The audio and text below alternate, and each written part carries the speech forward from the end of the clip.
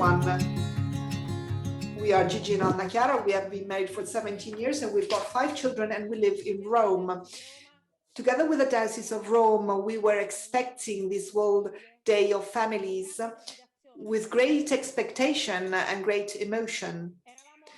And we were happy to be able to host this day, World Day, in our city.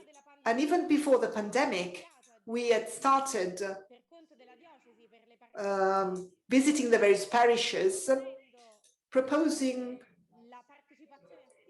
an active participation by the Roman families, also in order for them to open the doors of their houses and concretely welcome and host other families, to get to know them in their everyday lives and in their realities. So we met during a World Youth Day. So we have worked for 3 years in the organization of the World Day of Youth in Rome, and we know very well the richness of these meetings also, because we live this grace every day. And then this pandemic came and it changed everybody's plans, but families every day realize and feel that not always our ways are his ways. When we were told that all the work done, that all the meetings that we have made in the parishes and that everything that we had imagined would not take place as we expected, and that this World Day that we were so happy about and that it would take in a different way, we cannot deny the fact that we were very disappointed, deeply disappointed. But as I would imagine many families that were getting ready to organize their participation, as many wrote us, and to find the resources also to manage such a journey with the emotion of imagining an experience, a beautiful experience in such a distant country from their own. Well, we too experienced this sadness, and then something happened in the everyday lives of our own families. Every evening, one of our children asks us to read something for them, before the kids fall asleep. So we are currently reading Lord of the Rings, and it's going to take quite a while. So a few evenings ago, most of the time when we read the book, we fall asleep before the children do. But the other evening, something happened. I read a sentence that we then shared with Gigi. There's this dialogue between Frodo and Gandalf, and Frodo says, "I wished so much that this had not happened during my life." And Gandalf says, "Me too, as all those who are going through these events wish." But it's not for us to choose. Everything that we can decide is just how to use the time we have been given. And so during an evening in our home, in our everyday life, we received an answer, even to this different expectation that we had. So why? Well, it seemed almost that this was referring to us personally, to our times. So not just in general referring to our time, but to the special time, the World Days of Families. And this gave a meaning to our feelings of sadness concerning the unmet expectations that we had. So of course, difficulties exist. There will always be difficulties. And families are very much aware of this, because difficulties happen there, and rarely do things go in the way we expect. Life is no exact science, and we experience this every day in our family. When you wake up in the morning, you have to leave, and then one of your kids is sick, or you're traveling on a road and your car breaks down, or else you have managed to organize an evening just you and your husband, and then somebody rings at the door and they need something or need to share something. We are very much familiar with the fact that life is like this. It's different very often from what your plans are. And then we ask ourselves, well, and if things were like a family life, so maybe this is an opportunity. It's an opportunity to do things differently and share things even more, and allow the fragrance of our family to travel even further than we would normally expect, as we were saying. So we have experimented, and we experiment every day that, and Amoris Laetitia has given us this conviction and this certainty.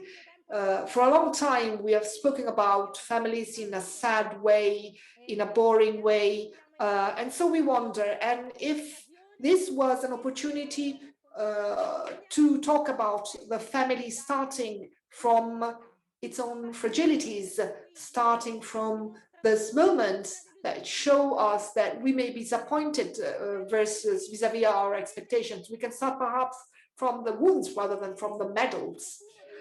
So the fragrance of bread is something that we can share if we know the ingredients to make it, but we cannot share the ingredients. What we share is then what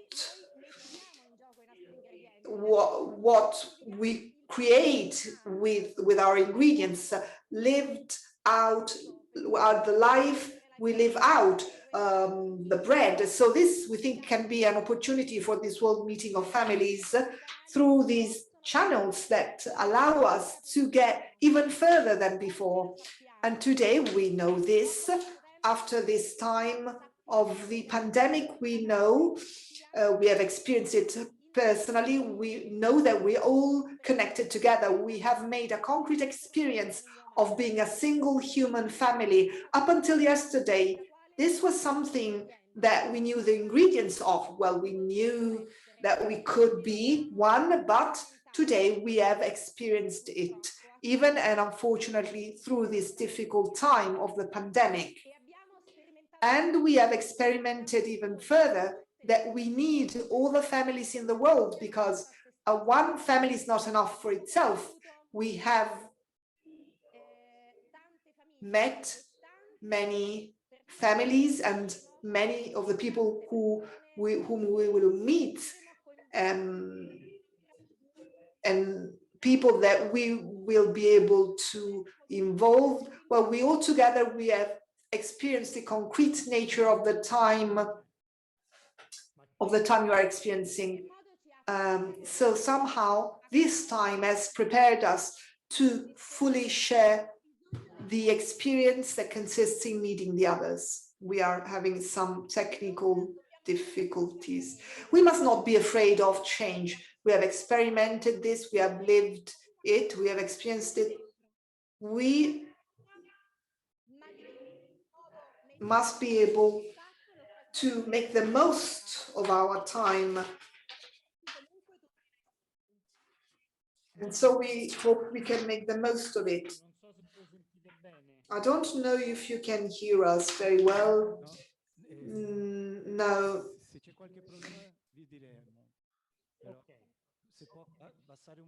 If you can lower your volume a little bit, perhaps. Okay. So, as Anna Chiara was saying, during the pandemic, on several occasions, as Frodo was saying, why should these things be happening to us? Just like other people did, people who have lived through difficult historical moments. And in the world, of course, there are many difficult situations, but why now? And how often did we have to, I don't know, stimulate one of our children during this time who felt demotivated? We had to support them with the distance schooling, or to react to the sadness due to the lockdown. Well, also in light of this piece of information that Gabriella shared with us, which is a difficult choice for everyone. So in the light of this, we have to change what our words well, the things that we have been telling our children. We have to turn this into concrete initiatives, into concrete actions, and we must use the theory that we have given out, granted them during this time when fathers and mothers have had to educate children in different situations. We have to turn this into something concrete. So turn good, nice words and theory into action and in concrete terms. Nobody would have wished to go through a pandemic. We all had this, we would like to all press a button that would, rewind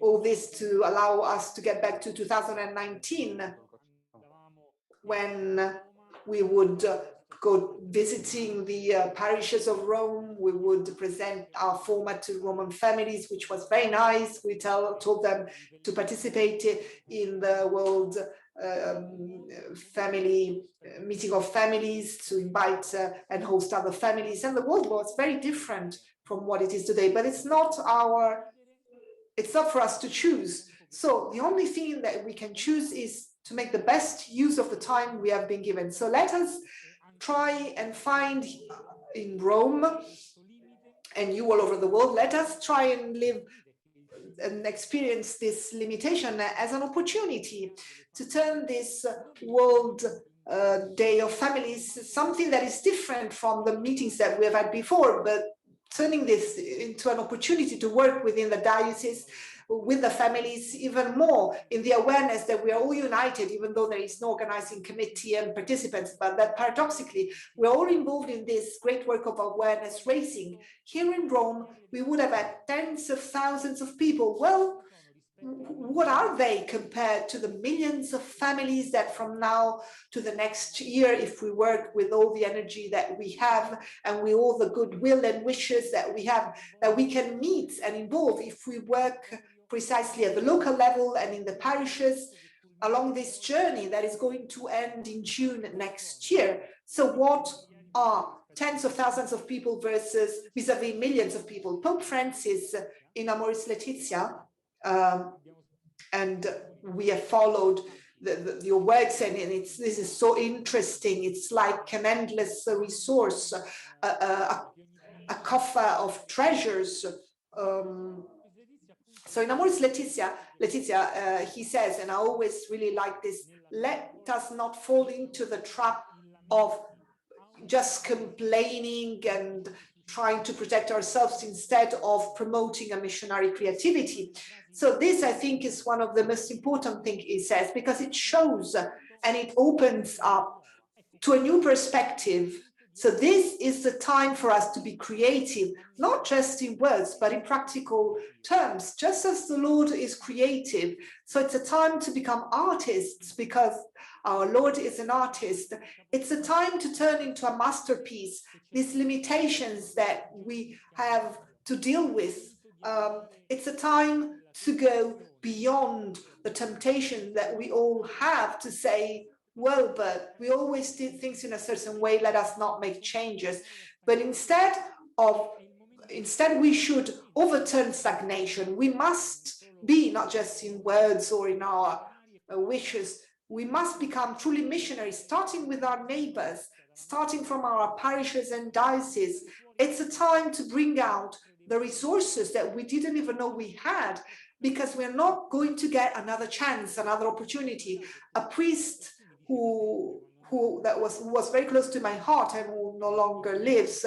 I remember when I used to go to him for advice when at difficult times, for instance, when I had to marry my wife. It was a beautiful time, but difficult at the same time. And I was asking him, what should I do? I'll try to help me to understand. He would always tell me, he told me, age quod agis, which in Latin means do what you're doing well, do it well. So we are called upon to do well what we were doing, and actually to do it even better, what we do every day in our local area, in our diocese, in our parishes. And another priest, well, priests are a great gift in our lives.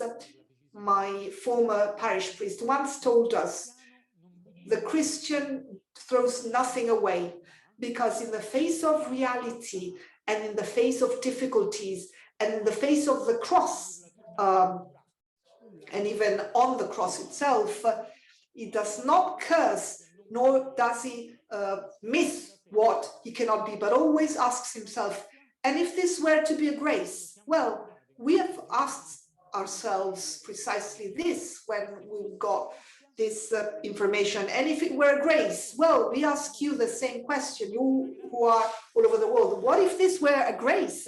And that is why it is so important that at the local level, you organize with fantasy and creativity all that you can to organize a multicentric World Day capable of involving everyone.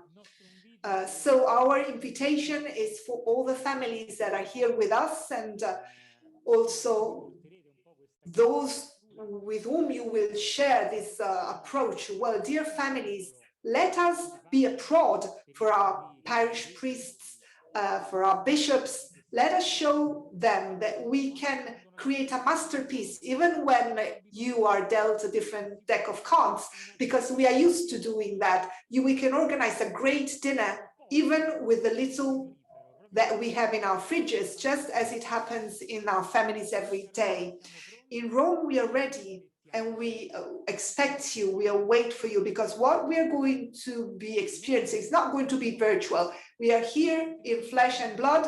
Our children, the children of all of us, are real children. They are not holograms. Our stories are not fake news. They are true stories, complex and complicated stories. And even though we will be organizing events in our own different houses, we will still be united. This is not going to be a virtual event. It will be a digital event, perhaps. And this does not mean that it's not a grace. Well, it only depends on us. Thank you, everyone.